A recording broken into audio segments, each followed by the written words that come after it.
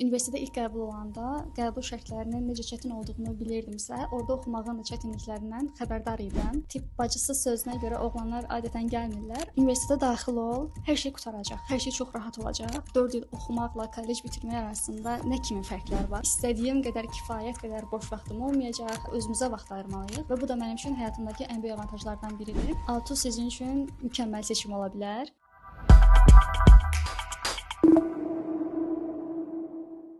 Salam, mən Əliyə Valyaman, Azərbaycan Tibb Universitetində Ali Tibb Bacısı ixtisasının 2-ci kursunda təhsil alıram. Bugün sizlərə universitetim və ixtisasım haqqında danışacağam. Bu universitet haqqında sizə ən çox verilən sual nə olub? Adətən məndən soruşurlar ki, bu qədər yüksək balla 4 il oxumaqla kollec bitirmək arasında nə kimi fərqlər var və bunu kinayə ilə deyirlər. Mən də səbirlə izah edirəm ki, əslində həqiqətən də Ali Tibb Bacısı olmaq, komanda ilə bir yerdə fəaliyyət göstərmək, ona liderlik eləmək tibb məntəqəsində aparıcı rolu yerinə yetirir. Həmçinin bizdə magistr təhsili də var və biz həmçinin elmi dərəcədə ala bilirik, amma kollecdə təəssüf ki, bu avantaj yoxdur. Universitetin akademik heyəti haqqında düşüncələriniz nədir? Akademik heyət ürək dolusu danışa bilərəm, çünki müəllimlərimizi həddindən artıq çox sevirəm. Əksər müəllimlərimiz demək olar ki, hamısı dərs keçmə metodları hərəsinin öz üsulu var. Əksəriyyətində də oxşar üsul odur ki, şəxsi təcrübələrini bizimlə bölüşürlər və bizi artıq indidən bir tibb bacısı kimi görürlər və bizə elə yanaşırlar. Onlar həkimdirlər, bizə dərs deyənlər tibb bacısı deyillər. Tibb Türkiyədən fərqli olaraq bizim ixtisasımız təzədir hələ, 6-cı ilidir. Onlar artıq işin mahiyyətinə tam hakimdirlər və bizlə tibb bacısı kimi davrananda həm biz özümüzü çox yaxşı hiss edirik, həm də ki, oradakı situasiyadan çox yaxından artıq əvvəlcədən tanış olmuş oluruq. Universitet karyera qurmaqda sizə necə dəstək olur? Əslində deyərdim ki, universitetimizin karyeramızı qurmasında çox böyük rolu var. Şəxsən universitetimizdə deyə bilərəm ki, elmi konfransların və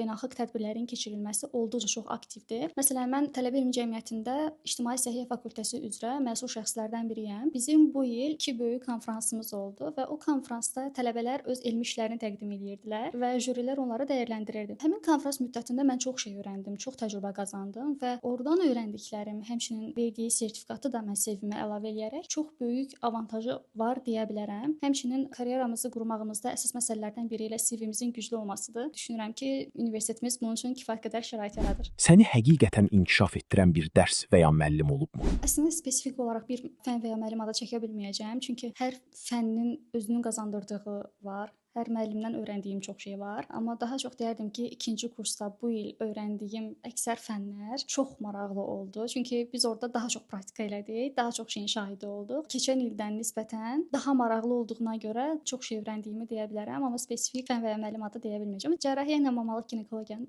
deyə bilərəm. Universitet həyatınız gözlədiyiniz kimi keçirmi?